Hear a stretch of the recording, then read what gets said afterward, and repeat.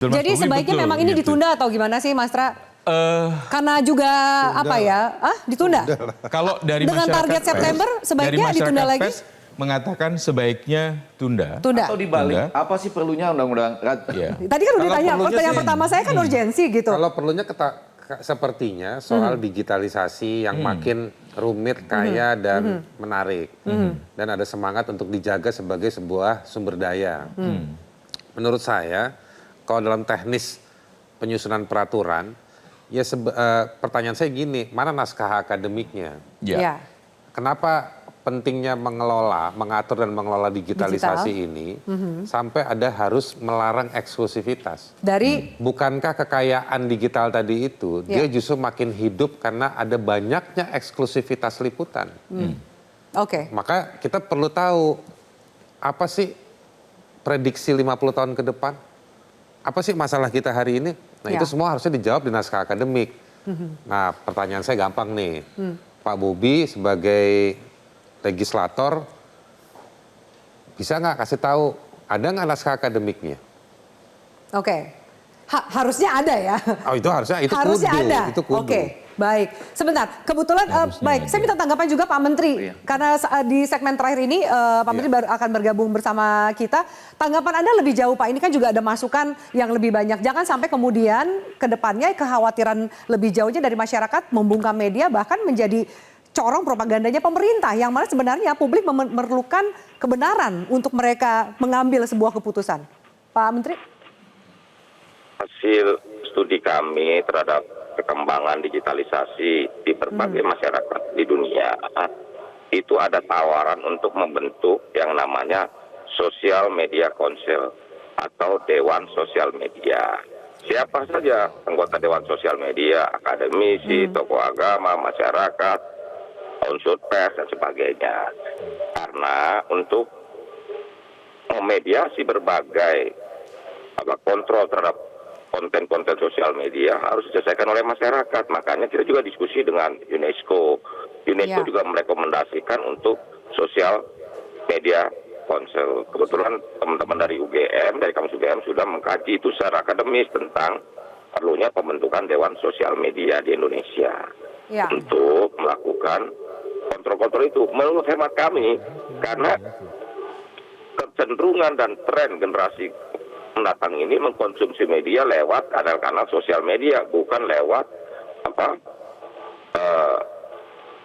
alat-alat konvensional seperti TV, radio dan sebagainya. Nah karena itulah kebutuhan. Justru menurut hemat kami, nanti coba kita diskusikan dengan teman-teman di DPR, keperluannya malah pembentukan Dewan Sosial Media untuk mengatur atau menata semua problematika sosial media dan isinya. Begitu, Mbak Afi. Jaminannya apa Pak kalau Dewan Sosial Media ini juga tidak ada peran lebih jauhnya atau perpanjangan tangannya dari pemerintah, tetap harus independen juga? Tuh, kan tadi saya sudah bilang, unsur-unsurnya dari akademisi, tokoh agama, tokoh masyarakat, civil society organization, CSO, dan berbagai unsur. Yang pasti ini, sosial media ini untuk, kan itu juga kita punya concern, ruang digital kita harus sehat. Kalau hoax, kebencian, fitnah, masa kita biarkan di ruang digital? Kan nggak benar juga kan? Begitu loh. Kita juga harus mendidik masyarakat kita untuk menggunakan sosial media dan untuk hal-hal yang produktif, begitu loh. Baik. Kalau isinya cuma ruang digital kita fitnah, ujaran kebencian, hoax, kan nggak sehat juga negara ini, begitu loh Mbak. Baik, terima kasih Pak Budiari untuk bergabung bersama kami. Tadi Pak Bobi titipan pertanyaan dari Mas Haris Azhar, ini naskah akademiknya ada, bisakah terakses oleh publik untuk sama-sama mengawal jalannya draft RUU penyiaran ini? Harusnya bisa, karena tidak termasuk yang dikecualikan. Naskah akademik ini sudah dibuat, ini kan masih dalam internal DPR karena inisiatif DPR. Nanti setelah itu balik ke Komisi 1, tentu kita Komisi 1 yang akan mengundang stakeholder dan publik untuk sama-sama membahasnya. Nah disitulah mungkin nanti antara partai ada yang setuju, ada yang tidak, ada masukan baru, ada yang merubah. Jadi ini adalah masih dalam taraf internal di DPR saja. Dan sekali lagi yang tadi saya sampaikan, saya nggak mau tahu ya berapa kali harus saya ulang, bahwa sebenarnya tidak ada masalah kebebasan pers yang dibungkam atau apa. Eksklusivitas itu bukannya maksudnya eksklusif itu dalam arti konten yang makin keren atau makin dalam, tapi eksklusivitas itu intinya adalah konten tersebut bisa dibahas oleh media lain. Jadi bukan ada membungkam, mau bikin apa aja boleh. Tapi yang saya lihat ini kelihatannya ada ego sektoral antara Dewan Pers dengan KPI ini untuk mengatur ranah penyiaran di platform media sosial atau di platform OTT kali ya.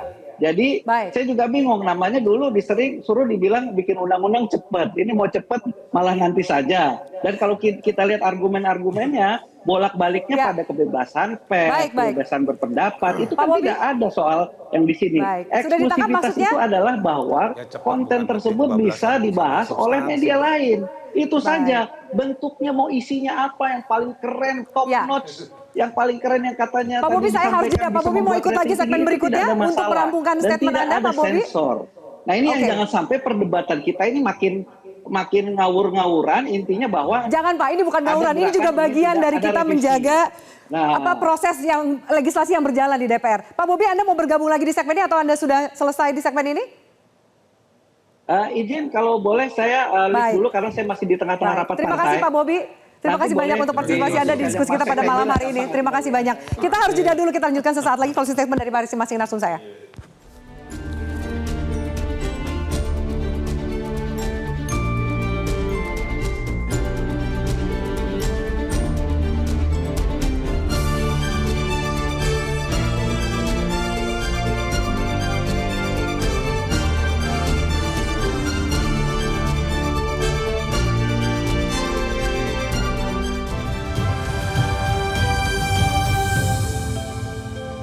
Jelajahi cara baru mendapatkan informasi. Download Metro TV Extend sekarang.